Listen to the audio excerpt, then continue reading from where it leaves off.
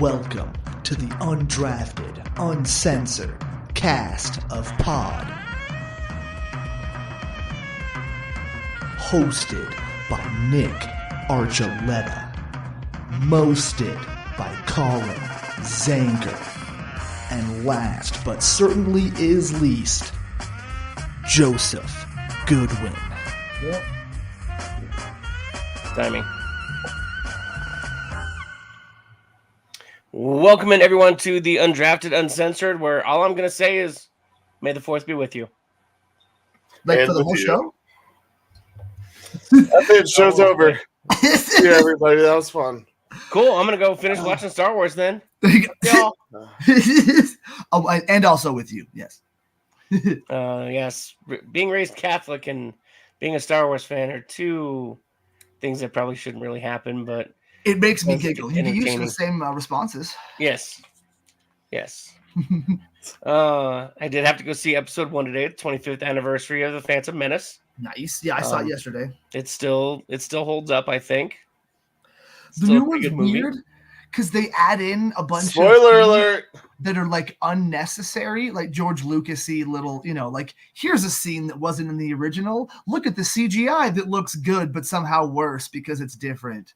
Yeah, I don't mind. I mean, it is what it is. I still Yeah, enjoy it the was- movies, and I loved picking out I the love little the Star things. Wars or the Like- lightsaber battle. So Dude, one of the best in the whole series. yeah. Well, I mean, you can't have a good lightsaber battle without Ray Park anyway. Exactly. Yeah, I was one of my favorite jokes I made in the theater. The scene when he first touches down on Tatooine, and I was like, Yeah. man, look at that guy. He can park.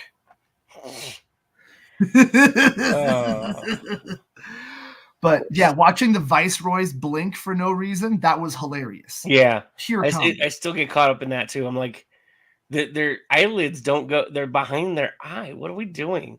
Why did you need to add this? Nobody Yeah. cares. But what? Like it really doesn't hurt the product. It makes me giggle. It did make me feel like I at least sort of was watching a different movie because I grew up with that thing. Like I can fucking recite. My friend Nicole and I were both reciting lines the whole time. Oh, I was too. I Yeah. was glad there was like 4 seats wide next to me where I could every once in a while just spout out a couple lines here and there. You just have to. Oh, dude, it's too much fun. Stupid jokes. First shot of Anakin, he's like, man, I fucking hate sand. I don't know. That kid still kind of irks me, but it is. But he's not good. No. Yeah. Well, it's too bad that he grew up to like have like drug problems. Yeah, he's crazy now. It's poor guy. That sucks. Yeah. But, even in that movie, still not a huge fan. No. No. My future ex-wife does carry his performance, so thank you, Natalie Portman. We appreciate you for all you do. Always appreciated. Yes. All right. Speaking of appreciated, let's dive into what is going to be an appreciated game 1 tonight at Ball Arena, as the Nuggets will be hosting the Minnesota Timberwolves. Again, another team they split the series this year. The T-Wolves I think are going to be a little bit of an issue. This is not another one of those where we can play with our food kind of games or series. Minnesota's in this to win it. Obviously, Connolly is building this team to beat the Nuggets. That's really his only vice at this point. I don't think he really wants to win a championship. He just wants to beat the Nuggets now. And there's going to be some lingering injuries that the Nuggets are going to need to get through. And hopefully the gentleman's sweep gave them enough time to take care of that. But Minnesota's also had a little time off as well. Collin? Well, I mean, appreciated is the right word for this series because I appreciate the fact that the Timberwolves decided to lose their last game of the season, giving the Nuggets home court advantage in this series. Yeah, thanks. So much appreciated on that aspect because the Nuggets at home are definitely a different animal. We saw that last year. We've seen it in previous seasons when they weren't at home for those decisive games. So, yeah, well, the Timberwolves are a different animal, pardon the pun, than the Lakers, but yeah, one's they a Laker.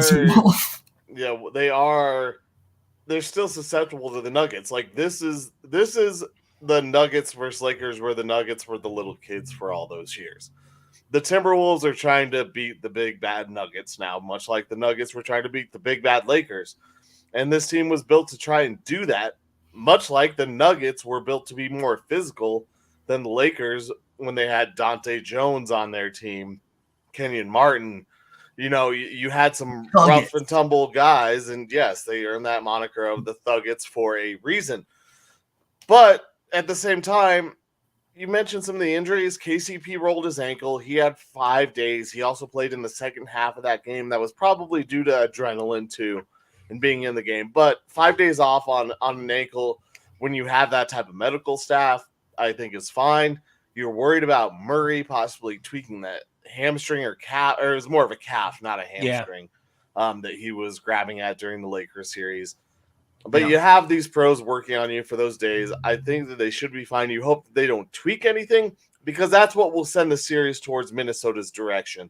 Right now, the Nuggets are clearly the favorites. Even with these question marks, the Nuggets are minus 185 right now to win game 1, and they're overwhelming favorites to win the series. So, yeah, it's the Nuggets series to lose, but it's appreciated that they're at home, and they get to start the series at Ball Arena, hold home court, and then win this series in 5. Well, then add to that, Joe, there's a 4-day gap between the first 2 games and then the rest of the series. So on the 6th, they don't play again until the 10th. So I don't know what the NBA is doing there other than trying to get everybody to line up again.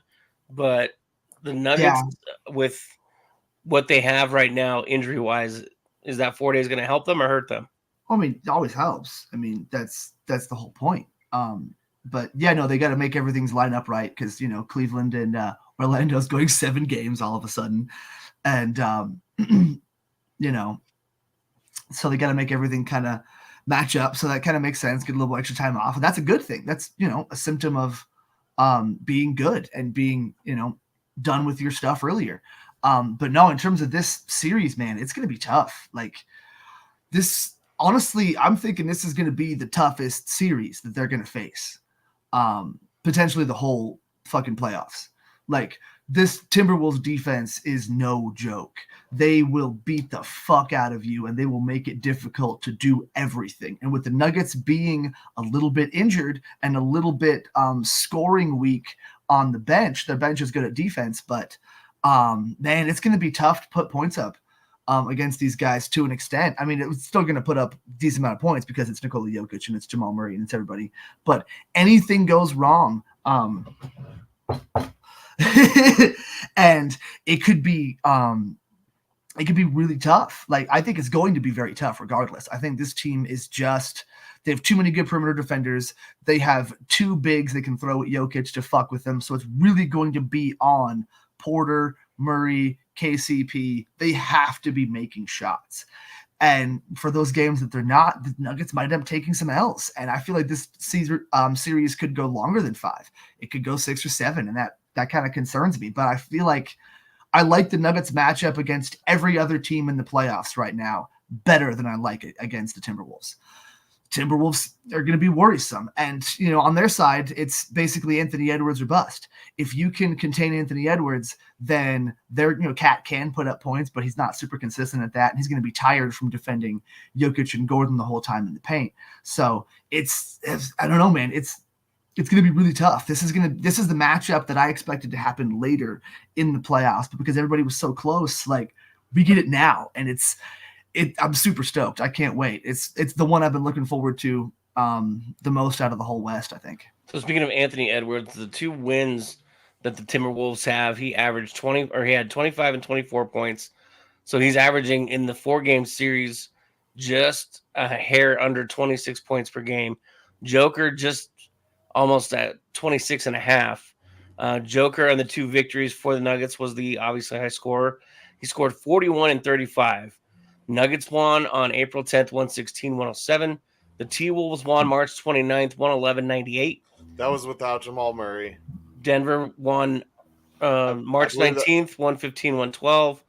And then November 1st, Minnesota took the first game, 110-89. And I think that was no Aaron Gordon or MPJ. One of those guys didn't play. In that one game was no Jamal Murray for sure. And then the other game was either no Aaron Gordon or no MPJ.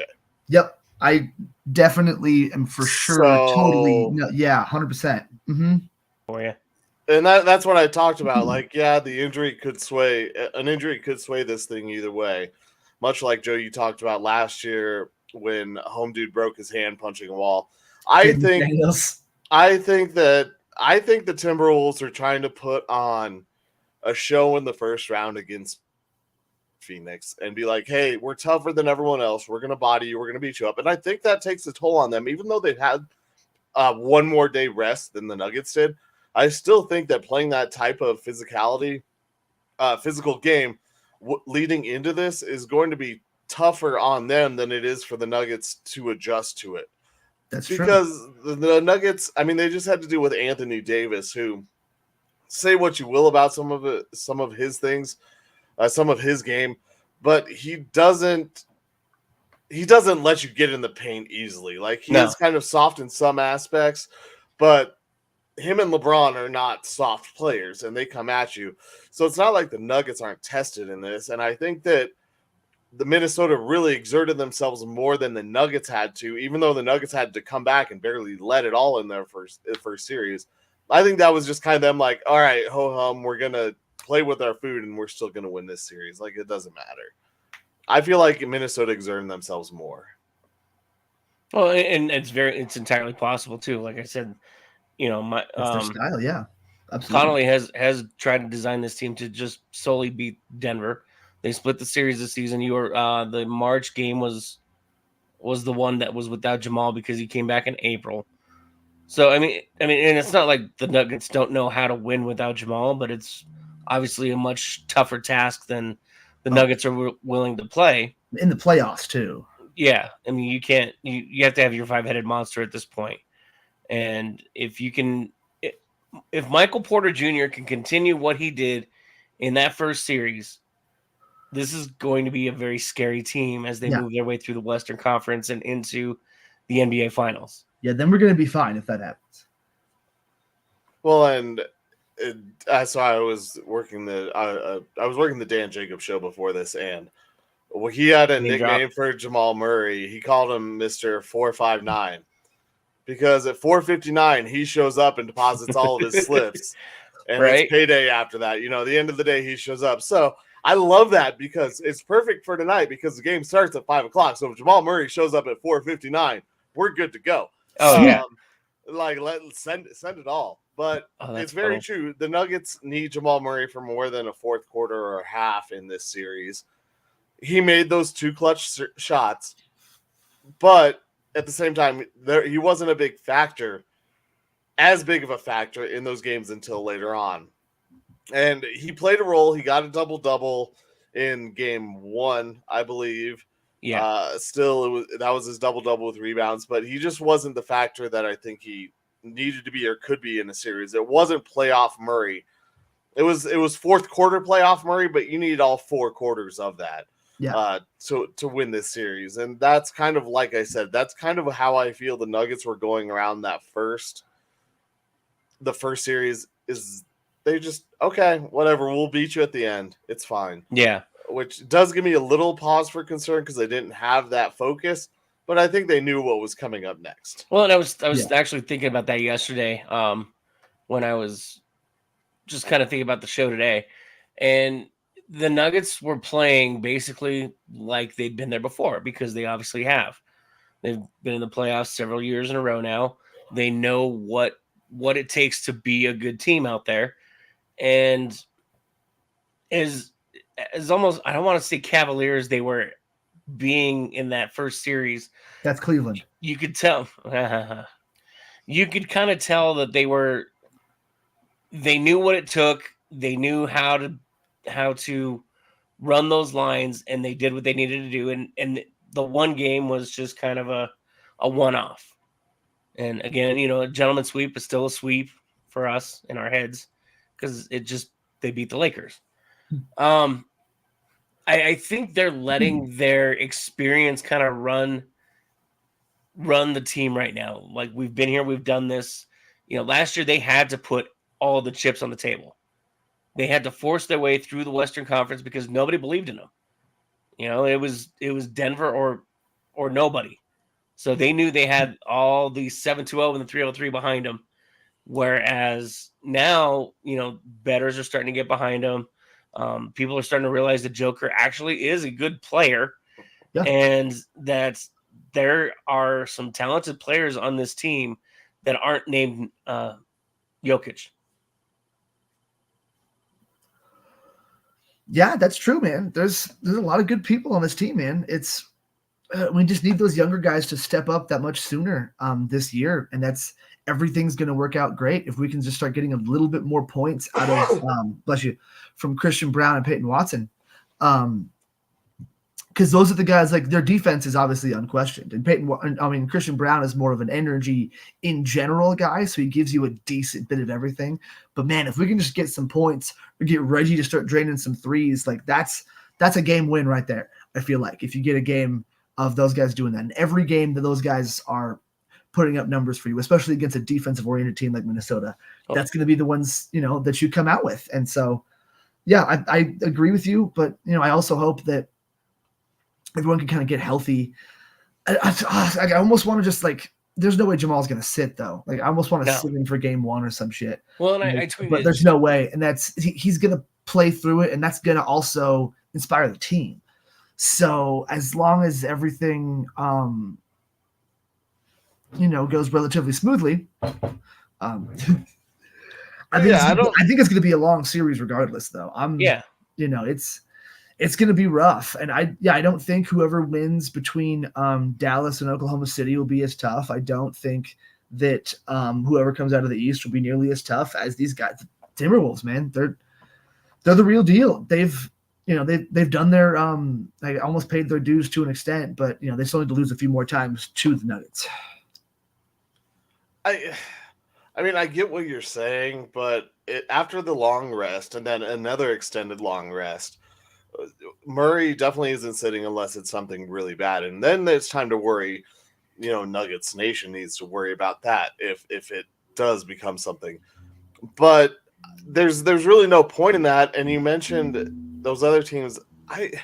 The Nuggets have far and away been the best team in the West all year long, and they just they've shown it at times, and when they've shown it, it's scary to watch. And they didn't quite show it in the first round, but I really don't think that they're going to play that same way coming up against Minnesota and then going, then into the next series after that. Yeah. I think that they really blow through these games because I think this is what they were focused on also, was getting to the Timberwolves, beating them. Then you see it's either Luka or it's, Shea, SGA in the conference finals. And if you're talking about the Thunder team, that's a team that's never been there and doesn't know what it's like. If you're talking about Luka, he's great on his own, but he has no one else. And so I agree this is probably the toughest series, but the Nuggets are just better than everybody in the West. Like that's what I think, bottom line, is that I'm not worried. Oh yeah, I'm not going to argue with that at all. I mean, we've all seen it all season long, where the Nuggets their losses are more of their own fault than it was the other team playing them better. The Nuggets have shown a precedent to play with their food a little bit too much sometimes. And I mean, it is what it is. They're still the best team in the NBA West at the bare minimum. I mean, we could make a very, very valid argument that they are the best in the NBA, but Boston kind of ran away with that, 17 losses this year. Yeah. So it's kind of hard to top that. Now they've lost Kristaps Porzingis, so yeah, it's true. The Nuggets are the best team in the NBA currently as it sits right now. And go ahead. I was gonna finish the point I was gonna make before. No, you're good. I tweeted out last week, I think it was probably game 4, where the bench, you got two guys limping on the court. The bench needs to step up and realize now it's our time to fill that hole, because you can't rely on Jamal and KCP continue to limp up and down that court if you're going to get those opportunities in minutes, because we don't want to exaggerate injuries. You guys need to step up and start making some baskets. I mean, I agree, but this isn't the series where the bench comes into play as much as the starters. This is a starter series. This is a starters going 39, 40 minutes a night, I get in that, each of these but games. But that's what I'm saying is the difference from the first one. If the Nuggets are not healthy, then yeah, the bench needs to step up. But this is a starters matchup. This is what it's going to come down to is will the Nuggets stay healthy and can their starters perform? So I don't think that the bench plays as much of a role in this series as you guys are putting on, to be honest. I think Malone rides his horses to get through this series and freaking spank that ass. I just want to make sure that they understand that if those two are limping up and down the court, though, that they need to start finding their way under the basket, making some moves, throwing some elbows, whatever they need to do to get points on the board so that they don't have to continue to feel like they have to carry the load is what I'm saying. That's fair. I get what you're saying too. I think I presented it wrong. So I see what you're saying about how it's a starter series, and I just kind of presented it. Yeah, because that is a good point. The starters are going to have to overcome because the Timberwolves are deeper than the Nuggets right now. The Timberwolves are 7-8 deep with quality players. Obviously 6th man of the year in Naz Reid. That guy's been phenomenal. So that's just going to be something they end up probably having to live with because there's going to be too much other stuff. But we'll see how it goes. But they, Mike Conley coming off the bench, like they've got really good quality guys. So in those non-Jokic minutes and non-Murray minutes, they're still going to be consistently doing their thing. So that's kind of what does concern me is I hope that those bench guys can keep up with their probably higher rated, but our guys are young and the young guys can improve. They can figure their shit out. Christian Brown really buckled down in the playoffs last year, and we could see a similar thing this year. We can see Peyton Watson just start dunking on people and trying to be a skinny Aaron Gordon. I would love that. I don't love how many threes he takes. It reminds me of Aaron Gordon. So I would rather see him just go take some dunks and stuff, but we'll see how it goes. And I hope to God that Collin's right. I was literally about just fucking, outscore the 7 or 8 guys on the Timberwolves. And then the bench guys put up, whatever, glue everything together for a little bit. That sounds great, but I don't know, man. I wouldn't say I'm worried about this series, but I would say this feels like I said, the toughest matchup. This is the one that has the best chance. And, even Boston, even with Porzingis, they're so 3-point reliant that all it takes is someone to have an off night and all of a sudden everything kind of gets thrown off for them. I would take the Nuggets against them even with Porzingis. I'm still taking the Nuggets against the Timberwolves, but it's going to be close, man. Yeah, I just want to see one Peyton Watson 3 fall. I would love that. That sounds great. Just one. Yeah, just one. What's the over under on Peyton Watson threes? If it's it's at a half at plus probably 180. I'm sure. Take it. He'll make one probably. I don't think he's going to play enough to make one. That'd be a great problem to have. That sounds awesome. Yeah, when it's not your money. All right, boys. Real quick before we move on to the Avs, winner and how long? Nuggets 5. Joe. I'll say Nuggets 6. I'm feeling the same thing. Nuggets 6. I almost want to go 7, but I'm not going to predict 7. Sorry. No, you're good. We heard you were really contemplating 7, but it's tough, man. But I think they can pull it out. They're still a better team. Yeah, I mean, everybody's saying whoever wins this wins the West. So, whoever wins this might win the whole thing. So that'll be an interesting matchup for sure. We got tonight and what's today? Saturday, Monday. Sorry. Saturday and Monday. Game one is in about an hour and a half. Yeah. Can't wait. So we'll go ahead and move on to the Avalanche, who are waiting for their opponents still. Apparently, Vegas and Dallas decided that they wanted to make this go all 7 games. Yep. They will play tomorrow at 5:30 Mountain Time. And Dallas will be the home team. Excuse me. I don't know where that came from, but this has been a frustrating series because I really want them to just continue to beat up on each other. I want them to play like 3 more games. Yeah, lose more players. But Let me get coffee. I'll be right back. it's been a good series. I've enjoyed it because again, it's not the Avs, so I can just openly watch it and not feel like I have a horse in the race. Who do you want to face?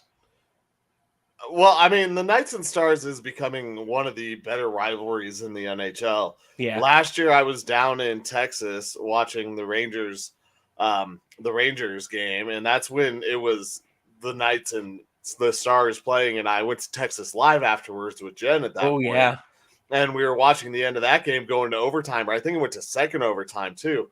And so I was sitting there looking at her like, what the hell is going on? Like, this is crazy. And they were like they had a World Series team there, and I get it, they were playing the Rockies, so no one really cared about them beating up on the Rockies. Yeah. But that place at Texas Live was packed with Stars fans watching, every minute of that game. And so this rivalry between the Knights and the Stars, I think is going to be one to watch for a lot of years to come. Who do I want? I mean, I don't really care who comes out of this series.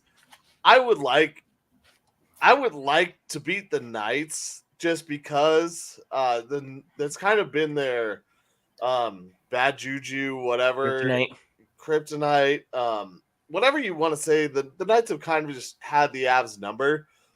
So at the same time, I just want to play the Stars because the Avs have gotten over that hump of beating the Stars already. Yeah. So give me that team and lose your home ice advantage. It's kind of a tough decision or choice to make between those two squads, Yeah. So it's kind of half of one, half 6 of one, half 6 of one, half a dozen of the other.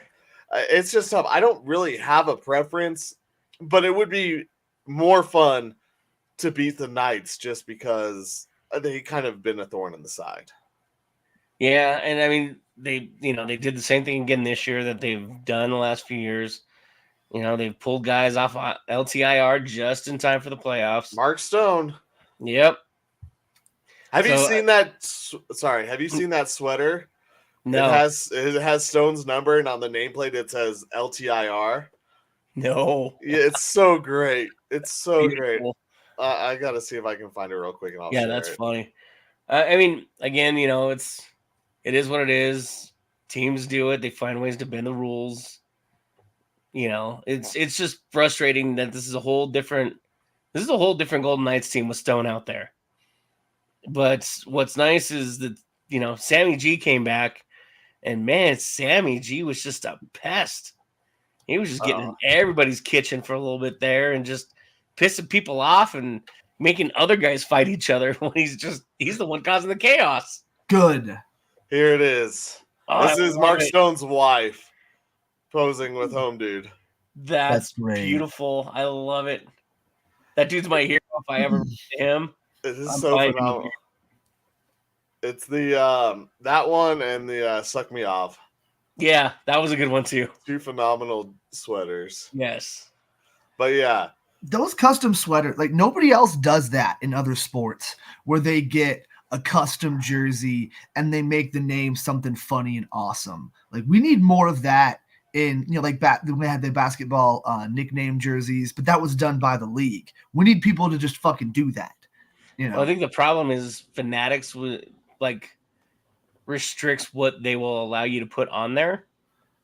And so it's kind of, you got to be sneaky about how you do it. That's why the Suck Me Off was such a good one because they snuck it in.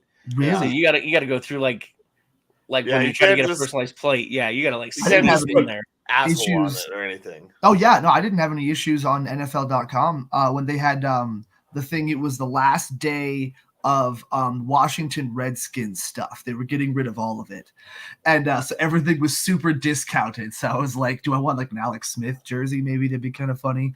And then I saw the custom ones. And have you guys seen the South Park episode with the Washington Redskins? Yeah. When the naming rights were up for like 30 minutes or whatever, and so they broadcast during that time. Yeah. So just Washington Redskins, go fuck yourself. So I had the money. It was a stupid decision, and so I ended up not doing it. But I was this close to hitting send on a Washington Redskins jersey that said 69, go fuck yourself. I don't think I put any capital, like any spaces or anything in it, but yeah, it was Washington Redskins, go fuck yourself. And I had no issues. They would have stopped it probably at some point. Yeah, unfortunately. Because that that would have been great. It would have been. Yeah. Or Yeah, get, you got to be sneaky about it now. I mean, there's still ways to do it. You just got to be. Like, it's too bad they never had the safety Darnell Savage. Savage Redskin. Oh Lord. I don't know. I'm excited. Again, obviously they play tomorrow night at 5:30. And I mean they've been low scoring affairs: 4-3, 3-1, 3-2, 4-2, 2-3, 2-0, and whatever happens on Sunday. So I mean these goaltenders have been standing on their heads trying to keep their teams in it. Logan Thompson 2-2. Ottinger's. I don't know how Ottinger's got a 3-3. Anyway, it's because this series is tied 3-3. So why is Logan 2-2? Someone else started the first on 2 other games, I guess. That's weird. That throws me off. They shouldn't do that to me. That makes me have to think. I did it for you, Nick. It's okay. Thank you. I appreciate that because my brain obviously. Hill started, I guess, the first 2 games. He's 1-1, allowed 3 goals. So there we go. There it is. Maybe he got hurt or something. I don't know what happened in that series because I was hyper focused on the Avs as far as the goaltending goes. Yeah, I think all of us were. None of us really. Aiden Hill. Yeah, I mean that was the terrifying thing was the goaltending. That's well, especially after game 1. I mean. Yeah. And then Georgie lets in 3 goals early or 2 goals early in game 2, and then proceeds to stop everything else after that. It's really like which bipolar goaltender are we going to get of Georgie this time? Like, are we going to get the game 1 guy, and is that only going to be 1 game, or is it going to last a streak like it did in the regular season, where it was like, Eustace, you need to be the man because Georgie is useless. Yeah. Like which guy are we gonna get? Is it the player who bounces back, or is it the guy who goes down? How different that series would have gone if Juice hadn't been sick? How different would that series would the Avalanche have won? Or would they have had to have been forced to go back to Georgie because neither one of them can, Yes, then is confidence gone? Do they even have enough time to go back to Georgie and see what happens? It's kind of a good sign for the Avs in a way. Like things are kind of breaking. Like Georgie, he knew he had to be the guy, especially once he was sick. Eustace was hurt, but that kind of was like. It also was a confidence booster, and I think he just knew he had to be on his game because Rantanen chirped at him. Did you guys see that clip of Rantanen chirping at him? I think that was game 2. What was that? Do your fucking job? Yeah. I saw the clip of Landeskog going, Mikko Rantanen. At the end of the game, yes, I sent that over. But yeah, no, I think I think Georgie was chirping at the offensive guys or at someone else, at some of the other guys after something happened. And I think that Mikko was just like, no, you do your fucking job. We'll score the goals. We'll take care of our side of the street. All right. You take care of yours. Yeah. And I think that was a moment where it's like, okay, I'm not getting pulled. I'm in here. I better do this or else who knows what's next, but I'm not long for being in Denver. So I kind of, like I said, it's kind of that, I don't want to say perfect storm of things because perfect storm would have meant Landeskog coming back. The whole storybook part of that, but they die at the end of that movie, so we don't want one. I mean, of those. we all die at the end of this at some point. All right, Joe. It's just some of our movies are longer than others, but it really would have been it would have been different. And you're right. I don't really want to imagine what would have happened if they would have had to play goalie roulette. Yeah, you don't want to do that. That's what I was saying a couple weeks ago before the playoffs started. Was like you kind of have to stick with Georgie, right? Because taking him out and going to Annunen means that now going back to Georgie is that much more difficult because now you've kind of crushed his confidence and you've made him, and hopefully he takes that in stride and he improves. But like that's I think they made the right decision, and Georgie proved them right by kicking ass and playing well, at least for that one series. And, you know, all we can hope for is him to be adequate to good enough for the rest of the playoffs, and I think we're going to be okay. Well, I mean, but it's like Nick said, like the Avs got lucky with the sickness. Yeah. I mean, if that didn't happen, I don't believe Georgie would have been in net in game 2. And no, he wouldn't have. It would have been a different series, that's for sure. Not that I don't have faith in Eustace, but I really just you're still playing with fire at that point. Yeah. And you know, jets fly with fire. I've seen Die Hard too. It's just, you know, and Avalanche, you know, snow melts. So I think the Avs were, like I said, very lucky the way that it turned out, and it feels kind of whatever predestined. They were going to win that series with how things played out. Yeah. Thanks everybody for that's tuned in right now. We appreciate you. Yes. Without you, we couldn't do this. Yeah. Whatever platform you're on, Facebook, Instagram. I think I saw somebody on Twitch earlier, YouTube. So thank you all. We appreciate you. We'd still do this, but it wouldn't be as much fun without you guys. So thank you, everybody. Jump in the chat too if you want to make some comments or tell us we're dumb. Jump on in. Please tell us we're dumb. That sounds like fun. Speaking of dumb, let's move on to dumb. Dum da dum dum dum. Should I recap my Miami trip? I would like for you to recap your trip first because I want to hear about the stadium. Yes. Okay. And not about the 29th game. Miami is awesome. Literally, I bought a day pass every day with the bus system, rode the train and the buses everywhere. I got all around very easily. Some places took a little bit longer. I mean, it took me about a little less than an hour to get to South Beach from downtown, which would have been a 35 to 38 or 35 to 40 minute Uber or taxi. So not a problem for less than $6. The food was awesome.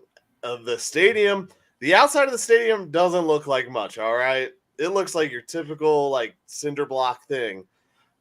They have their old, I think you probably saw the picture, Nick, the old center field monstrosity sculpture. The one Jeter had evicted? Yes. The one that got its pink slip once Jeter came in.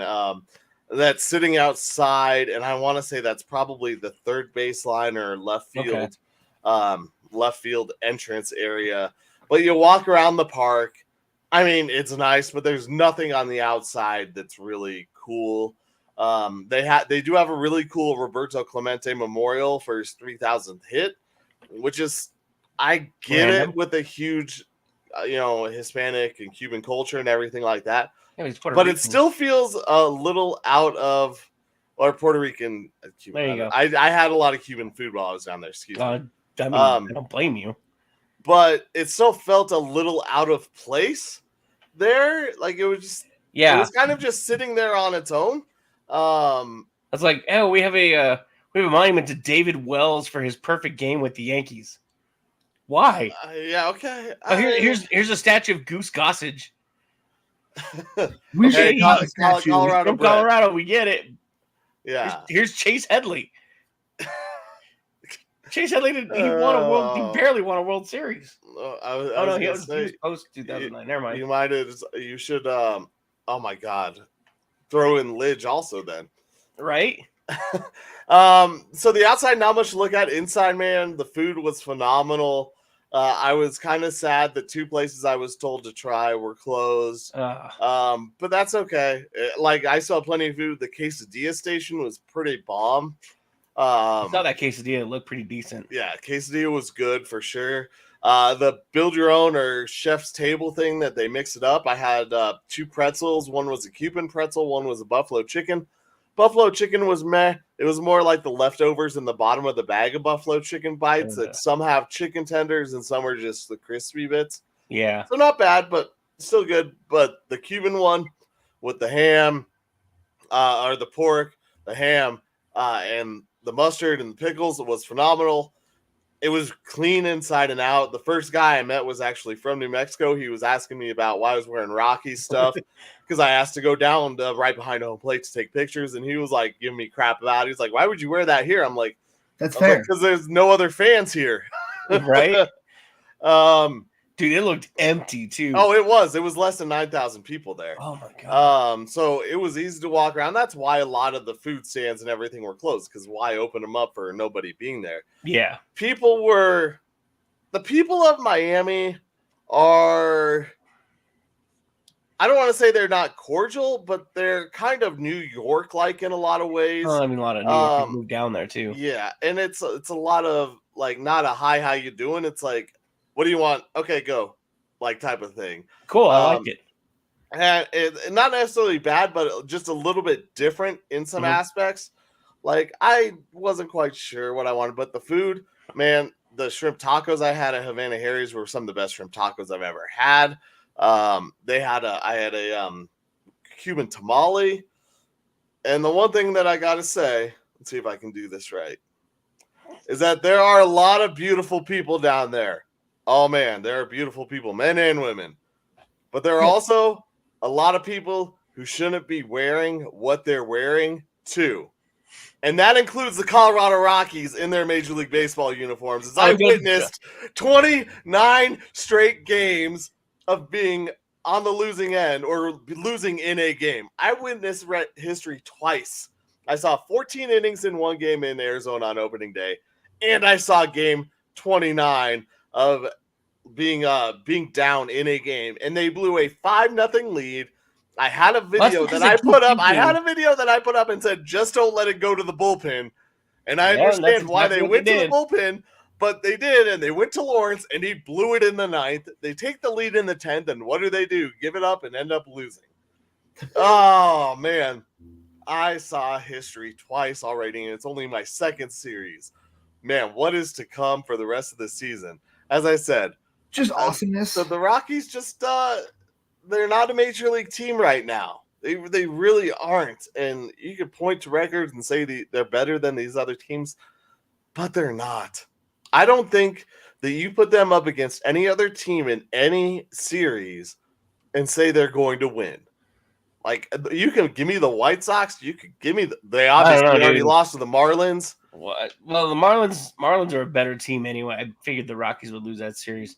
I still don't know about the White Sox, dude. Jose Abreu self-demoted himself to single A. I just some of these Rockies players belong in single A. We wish they would do that. They're just not doing it. The problem is they keep bringing them up because the front office doesn't know how to sign people. They don't bring people in. And so they rely on this youth movement that, you're hurting these guys. You're stunting these guys' growth because you're pulling them up from AA, from Hartford, and throwing them in the bigs. The Rockies. He got his first 2 hits. Oh, you're talking about the pitches.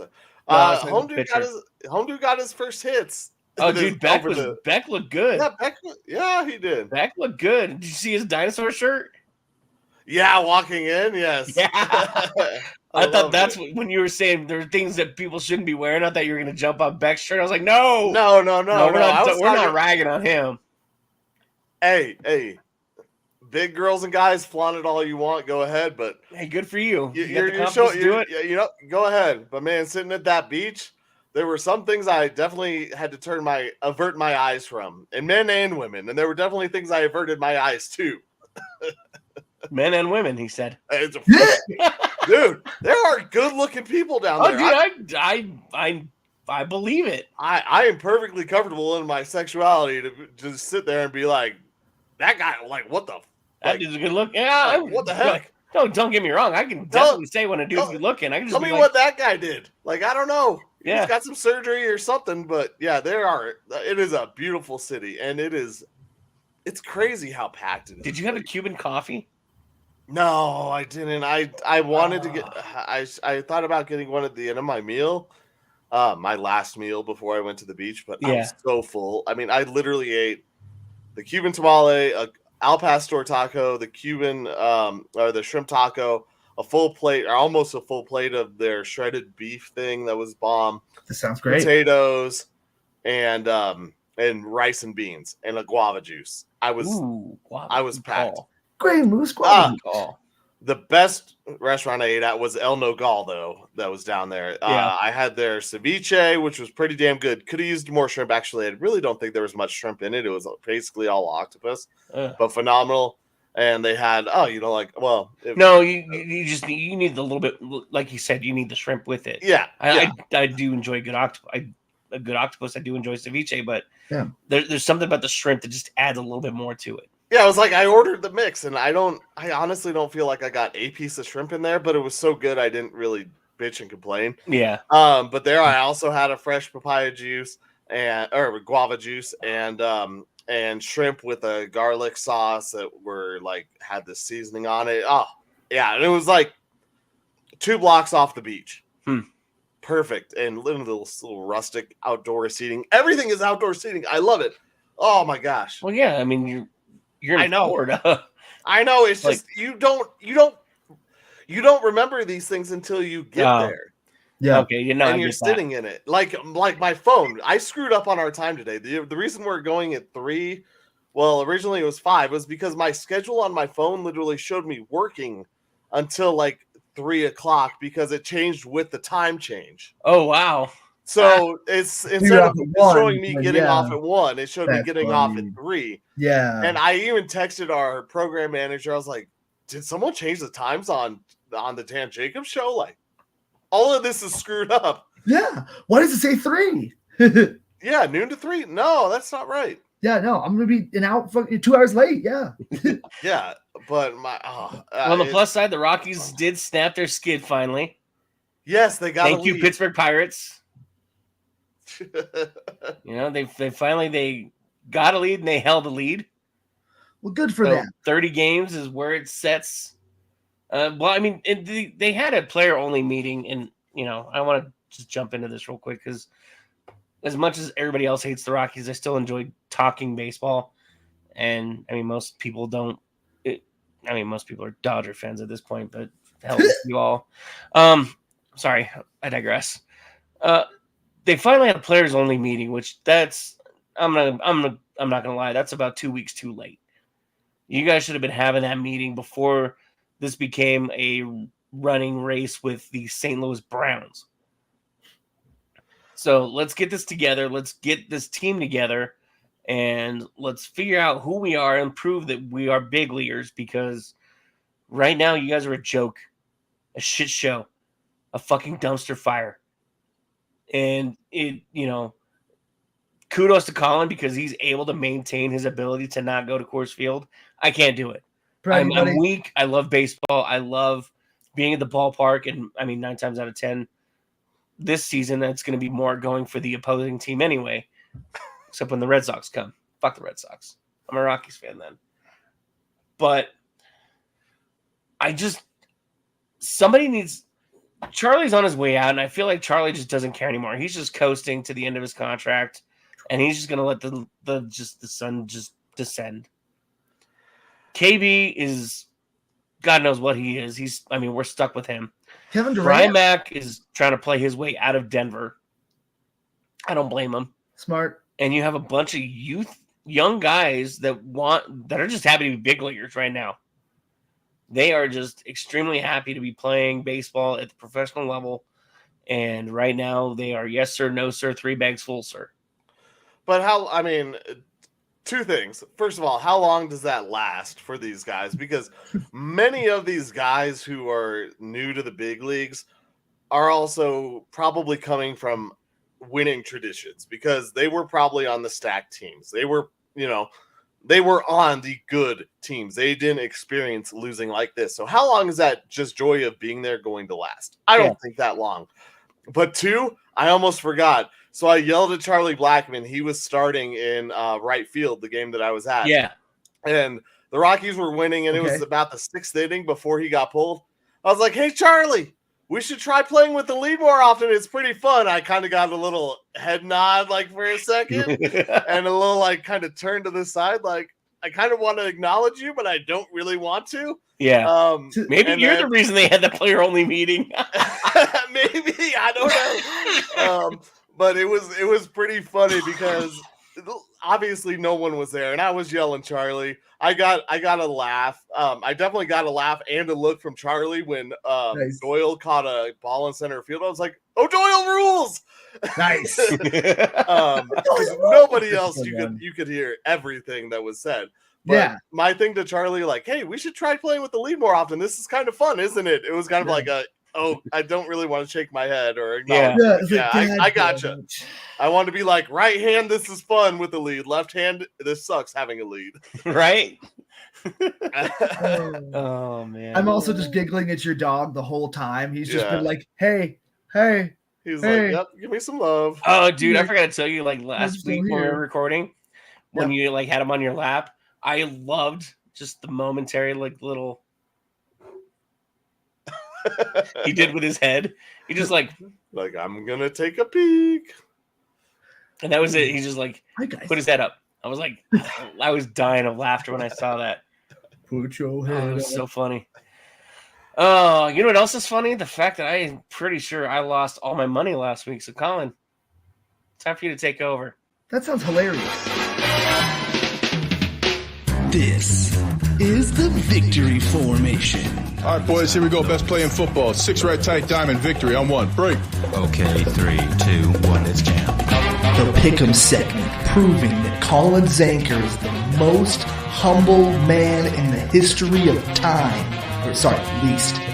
Featuring Nick Archuleta wishing he was somewhere else. And Joe Goodwin just kind of winging it. That's right. This is the victory formation where we go over real bets with fake money and where we sit on our year-long tracker. Nick, you weren't wrong, or you were wrong. You weren't right. One of us went 3-1. 2 of us went 2-2. So nobody lost all their money this week. Let's get into last week's picks. First game we had was the Michigan Panthers against the Memphis Showboats. Michigan Panthers come up victorious, much like the Rockies last night, and that means Nick and I got the victory there. Joe loses. We move on to Sunday night baseball, where it was the Cubs versus Red Sox, and lost that one. Nick definitely lost that one. 5-4, actually. Sox were up early. Cubs put up a little bit of a fight at the end of that game. Yeah. Did not make the comeback as the Red Sox come out victorious. So Joe and I get that one correct. Yeet. We move on to, if I can get to my mouse, the dog's head is getting a little underneath it. He's messing around with it. We move on to the Timberwolves versus the Suns, where Joe was the only one to choose the Timberwolves sweeping the Suns correctly. One at minus 125 nets him $18. Surprisingly low odds for that. And the final game is the Oilers versus the Kings, where Joe picked the Kings, who lost the game 1-0, and the Oilers came out victorious. Yeah. And that means Nick and I won 16-90, meaning I went 3-1. Nick and Joe both went 2-2. But the totals are as follows. I'm in first at 43-22 for the week, but second place overall at 271.65. That's awesome. Nick, you came in second this week with your 2 wins because you didn't have the minus 147 is really what saved your butt in the minus 105 Panthers. Nick, you won 1642, bringing your total to 184.08, still in third. And Joe, still in first place, but third place for the week at 1480. Your total is 376.36. Let's get into this week's games. We start with the UFL tomorrow night. We got the Brahmas versus the Defenders. Brahmas favorites at -130. Defenders at +100. Nick, who you got? I feel like the Brahmas have been my saving grace, I think, if I remember right. Yeah. I'm going to go with the Brahmas. Yeah. Nick's got the Brahmas. Joe, who you got? Fuck DC. I never pick them, and sometimes it's great. Most of the time, it's terrible. San Antonio is my team. We're doing it. It's Wade Phillips. Hell yeah. Sometimes you just know the way that everyone else is going to go, and you got to zig when they zag. So Just to try to make up some points. I was taking the Defenders either way since they're at home, especially with a -130 to +100 odds. It's worth it to take the Defenders in this one. Next, we move on. We're not going to pick our favorite teams yet, but we move on to the WNBA as we have the Storm versus the Sparks. I believe that's the LA Storm and LA Sparks. LA Sparks for sure. Sure. I can't remember. Or Chicago Storm? No, Chicago or the Sky? Yeah, Chicago's the Sky. Storms are in the sky. Yeah, I had it earlier. Seattle Storm. That's right. I knew there it was is. West Coast. So at the Sparks, Joe, who you got? Sparks. Yeah. Sounds perfect. I'm gonna go with Storm because it rained twice while I was in Miami. Cool. Nick, who you got? I'm gonna go with the Storm just because nobody knew who they were. No, fuck Seattle. Fuck LA. That's fair. It's a toss up. I don't like either city. All right, Sunday night baseball. We have Los Gigantes versus Los Phillies. Ooh, Nick's favorite player in the world, Bryce Harper. And his second favorite team in the Giants. Giants at -120 are the favorites, and that's who I'm going with on the road. Nick, who you got? Philly's been kind of playing better. I think I'm going to go with the brotherly love. All right, Joe, who you got? I have no idea. I've randomly picked the Giants before, and it seemed to work out. We're going to stick with that. I would like to go back and see how many times you say I randomly picked and it worked out that you're wrong. Because I really feel like you just throw that out there. No, the Giants I've definitely had a couple games on. I know you have, but I'm just saying it feels like you throw it out there as your reasoning when I really don't know if it's true that you randomly picked and it's worked out. It happens all the time. I mean, you only have two choices, so you just kind of pick one. Doesn't mean it's always worked out. No, the Giants have worked out, so we're going to stick with that because I don't really know. We move on.